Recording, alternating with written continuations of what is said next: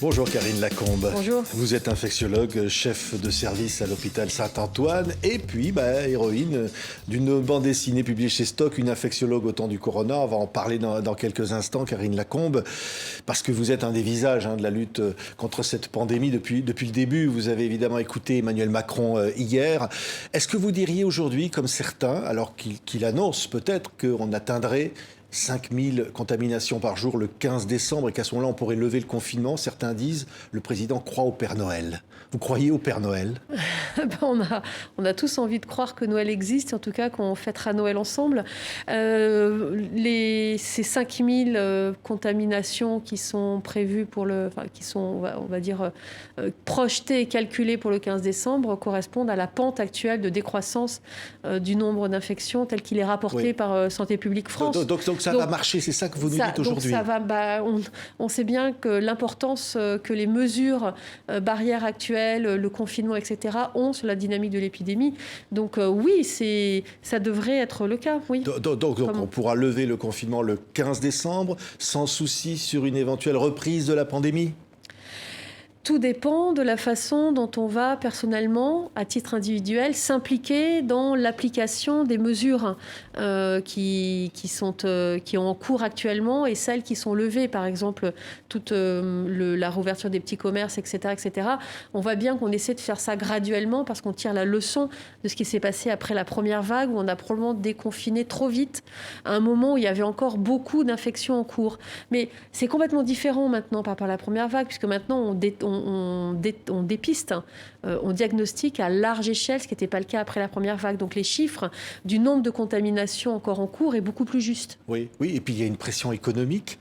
On a l'impression, et certains le disent, que lors du premier confinement, c'est le sanitaire qui passait en premier, que là maintenant, c'est plutôt l'économique qui est mise en avant. On a les outils aussi pour faire la part entre la menace sanitaire et puis la menace économique. La menace sanitaire, avec les capacités de dépistage qu'on a actuellement, on a quand même une meilleure appréhension de la dynamique de l'épidémie par rapport à ce qu'on connaissait en mai. Oui, donc on pourra réveillonner le 24 au soir sans couvre-feu, le 31 décembre au soir, faire la fête, voyager, aller en famille, rencontrer les amis, s'embrasser à minuit, sans danger. C'est difficile.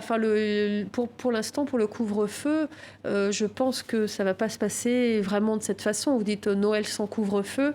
L'idée, c'est plutôt qu'il y ait un couvre-feu pendant une certaine période comme mesure d'accompagnement de la suite du déconfinement. Oui, mais là, le président a annoncé qu'il n'y aurait pas de couvre-feu lors des deux réveillons. J'espère. Oui, on va voir. C'est pas, encore une fois, croire au Père Noël que de dire ça. Écoutez, je pense que vraiment, ce qui va être très important, c'est de surveiller la dynamique de l'épidémie jour après jour. Que la remontée de l'information concernant le nombre de nouveaux cas de contamination, le nombre de personnes qui arrivent à l'hôpital, qui passent en réanimation, soit suivie de façon très précise au jour le jour.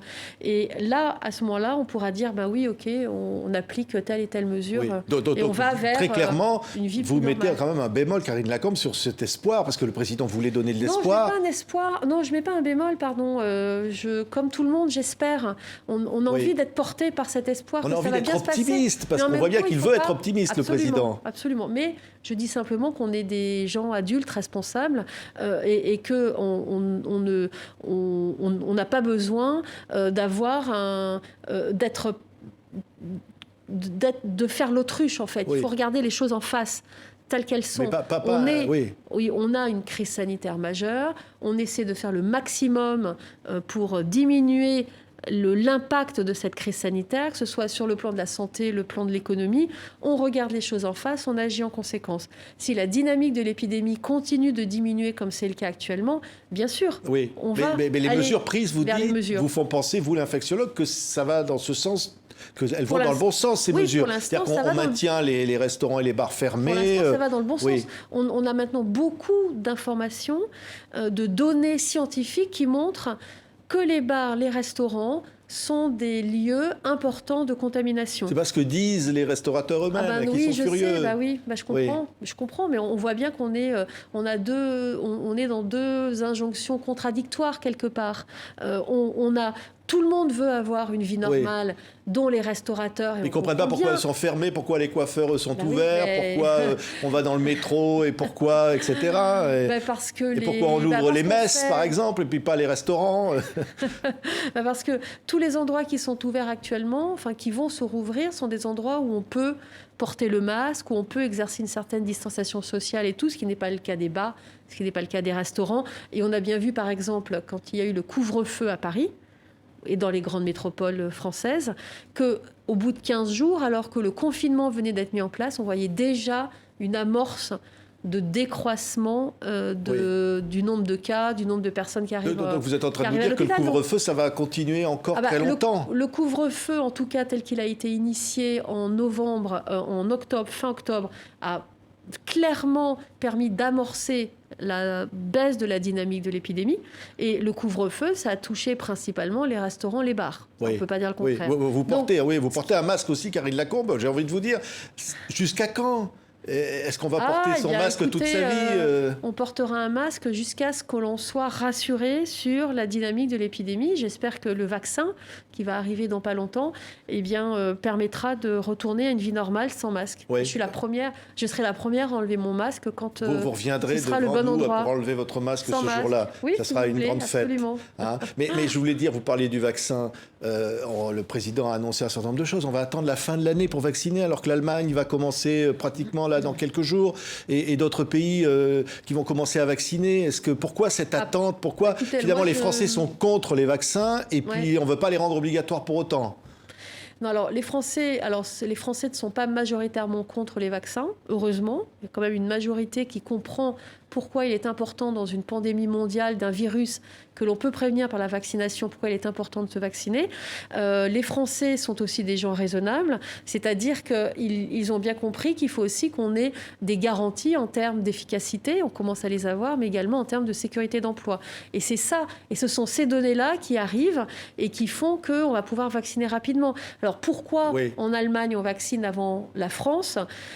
Écoutez, ça je pense que c'est des histoires de législation locale, mais vous dites qu'il ne faut pas rendre pour autant la vaccination obligatoire. Je ne suis personnellement pas pour tout ce qui est coercitif. Donc vaccination obligatoire, non, je ne suis pas pour ça, même si il a été dit dans plein d'endroits que je prônais l'obligation de la vaccination, c'est faux. J'ai tout le temps dit qu'il ne faut pas être coercitif, il faut être incitatif et il faut expliquer pédagogiquement pourquoi il est important de se vacciner.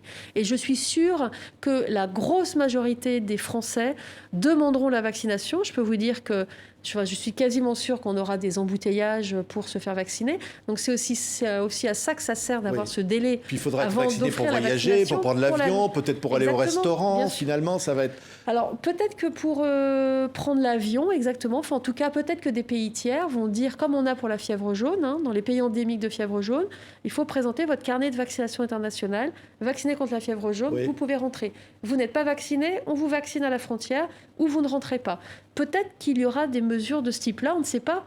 Je ne pense pas que ce sera le cas pour la France, mais il y a beaucoup de pays qui risquent, en particulier ceux qui ont été très endeuillés, qui risquent peut-être de rendre le vaccin obligatoire si on veut rentrer dans le pays. On ne sait pas. Mais ça se discute. Oui, Karine Lacombe, vous disiez il y a un instant, on m'a accusé d'avoir voulu rendre le vaccin obligatoire. J'avais presque envie de vous dire, on vous a accusé de plein de choses. Et d'ailleurs, vous en parlez d'ailleurs dans ce livre quelque part, la médecin, une infectiologue au temps du corona, a publié chez Stock avec les dessins formidables de Fiamma Luzzati. Et alors, effectivement, vous êtes au cœur de la tempête, à la fois pour alors vous occuper évidemment des patients, combattre au quotidien très durement ce virus. Mais enfin, en même temps, vous êtes la cible d'attaques sur les réseaux sociaux. Parfois des complotistes vous ont visé, vous en parlez dans ce livre, et où on vous a accusé de conflit d'intérêts, on vous a accusé de plein de choses. Qu'est-ce que vous répondez à tout ça? C'est une bande dessinée. Qu'est-ce que vous dites? Je réponds, je me suis déjà exprimée sur le sujet. On a abordé ces thèmes qui sont la diffamation, la calomnie, le sexisme, la remise en doute permanente de la parole d'un expert parfois au nom de son genre, parce que je suis une femme, parfois au nom d'idées qui sont opposées à celles que je prône et qui sont basées sur la science. C'est un discours en fait médiatique qui est constamment brouillé et porté par ceux qui parlent le plus fort, qui heureusement ne sont pas les plus nombreux, mais en revanche ceux qui sont les plus criards. Et dans ce que j'ai expliqué de montrer dans la BD, c'est le quotidien en fait, comment cette pression médiatique extrêmement forte et cette nécessité de lutter contre les fausses informations bien, se percute avec notre travail au quotidien, le fait d'avoir à gérer une équipe dans un service qui est en première ligne de la lutte contre la Covid-19, en plein cœur de la crise. Oui. Et c'est, voilà, on a comme le sentiment d'avoir à vivre plein de vies en une. Oui, oui, mais alors comment vous expliquez lourd, au fond que ce Covid a généré tout ça, qu'on ait pu vous accuser, je disais... on est déjà dans une atmosphère de façon globale assez conspirationniste. Ça fait longtemps qu'on voit émerger sur les réseaux sociaux les thèses complotistes les plus folles dans n'importe quel domaine. Après, bien sûr, avec la crise sanitaire, le confinement que ça a entraîné et l'afflux de personnes sur les réseaux sociaux à l'occasion de ce confinement ont aidé aussi à la diffusion de ces idées. Oui. Et puis, ce qu'il faut aussi savoir, c'est que quand on est derrière un écran, à l'opposé de moi qui suis devant en mon nom, quand on est derrière un écran avec un pseudonyme et qu'on se croit protégé par l'anonymat, eh bien, nos pires travers ressortent. Travers de la délation, travers de la diffamation, etc. C'est quelque chose d'assez humain, en fait. C'est triste, mais malheureusement, mais alors, il y a beaucoup d'argent en jeu aussi. C'est peut-être ce mélange entre la médecine et les intérêts financiers des labos, par exemple, qui fait penser qu'on ne recherche pas seulement peut-être la santé, mais que derrière, il y a des gros intérêts qui peuvent peut-être faire qu'il y a des pressions, qu'il y a des choses comme ça. Est-ce que ça, c'est une réalité du quotidien ? Non, dans l'exercice de notre travail, non, il n'y a pas du tout de pression de quelque ordre que ce soit. S'il y avait une pression, ce serait plutôt une pression de bien utiliser l'argent public dans les hôpitaux, ou c'est plutôt la pression d'avoir à faire alors qu'on aurait besoin de plus de moyens. Non, en revanche, dans la recherche, dans le domaine de la recherche, en particulier de la recherche clinique, dans laquelle on aide à l'évaluation des médicaments, où on monte des essais thérapeutiques qui peuvent être financés par l'industrie quand ils ont des médicaments à évaluer. Et évidemment, on monte des partenariats de recherche entre les hôpitaux publics, privés et l'industrie. Oui, là, il y a des sommes en jeu importantes, effectivement, parce que la recherche, ça coûte de développer un médicament, ça prend beaucoup de temps et ça coûte extrêmement cher.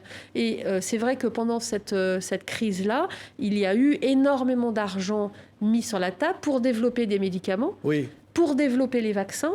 Et on espère, d'ici quelques mois, arriver à bout de la pandémie. Ça a été un effort humain et financier énorme. Oui, mais il y a aussi des querelles entre les infectiologues, les médecins, qui ont finalement introduit du doute pour le public. Oui, quand on voit cette affaire qui est un exemple de Didier Raoult, qui porte plainte contre un médecin du CHU de Grenoble, qui l'a traité de bidonner son étude sur l'hydroxychloroquine, ça va très loin. C'est-à-dire qu'il y a des luttes. Après, je pense que le débat, le problème, ça a été que le débat scientifique, qui en général reste entre scientifiques et qui est important pour faire avancer la recherche, pour faire avancer la connaissance, a été capté, en fait, et été déporté sur des thématiques, sur des sujets qui n'avaient pas lieu d'être. Donc là, forcément, il devient très difficile de discuter et finalement d'avoir un débat constructif. On a bien vu que qu'est-ce qui a donné raison aux recommandations actuelles ? Ça a été la science.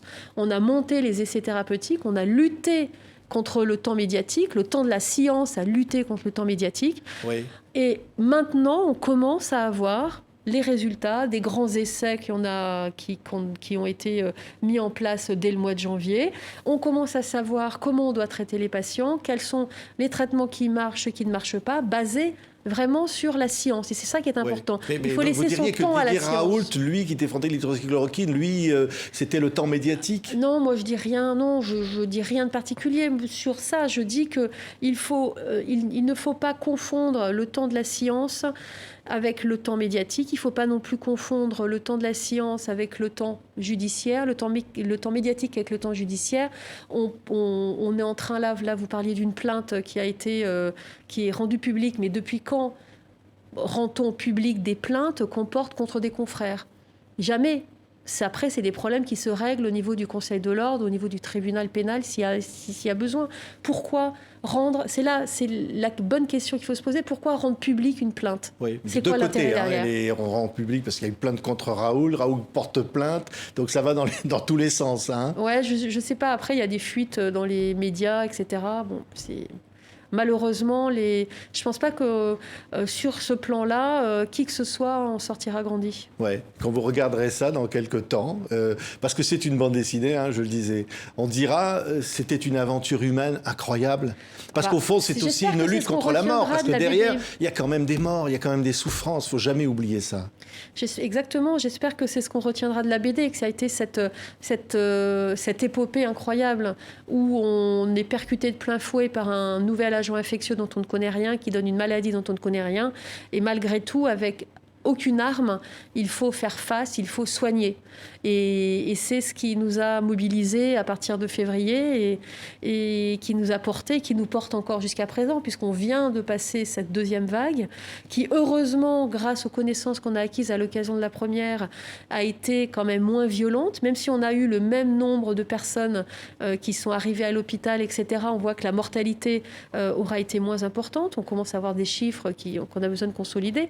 Donc oui, on a appris. Oui. Et c'est dans cette BD ce qu'on a essayé de montrer, en fait, comment on construit le savoir aussi. Oui, mais vous diriez, comme Emmanuel Macron hier, il faut tout faire pour qu'il n'y ait pas une troisième vague. C'est pas exclu qu'il y ait une troisième vague. Non, dans la dynamique d'une épidémie de ce type-là, d'un virus qui se transmet par l'air dans les situations de promiscuité et sur lequel n'a pas d'influence les saisons, en dehors du fait qu'en hiver, il y a plus de promiscuité qu'en été, par exemple, ben oui, on peut y avoir une troisième, quatrième vague. Enfin, voilà. Mais j'espère qu'il n'y en aura pas grâce aux mesures qui sont prises, aux vaccins, etc. Merci, Karine Lacombe. Merci à vous. La médecin, c'est vous, donc une infectiologue au temps du corona, publiée chez Stock avec les dessins de Fiamma Lousati. Merci d'être venu aujourd'hui sur le plateau de TV5 Monde.